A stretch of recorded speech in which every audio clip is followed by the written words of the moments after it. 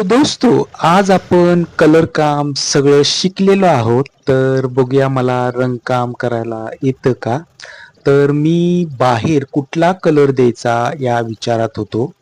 तर हा वर छताला आम्हाला कलर द्यायचा होता. मग मी ठरवलं की ह्याला कोणती शेड द्यायला पाहिजे.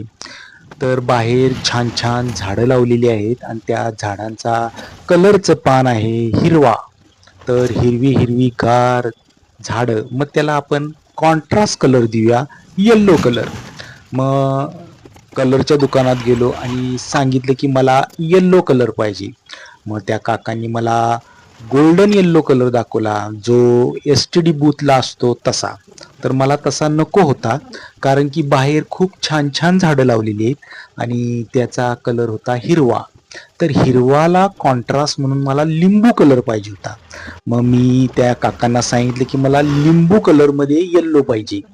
मग आम्ही खूप ट्राय केला की येल्लो कलर कसा तयार करायचा. शेवटी फायनली येल्लो कलर तयार करून झाला आणि मग तो लावायला घ्यायचं ठरलं. ठरल्यावर तो कसा लावायचा, तर मी आधी ब्रशनं लावून बघितलं, पण ते सगळे ठिमकं खाली पडायला लागले आणि ते राड व्हायला लागले. आपण अजून रंगकाम व्यवस्थित शिकलेलं नाहीये, पण आता हे ब्रशनं लावायचं म्हणल्यावर सगळं खाली पडणार, मग ते सगळं घाण होणार आणि ते पुसत राहायला लागणार.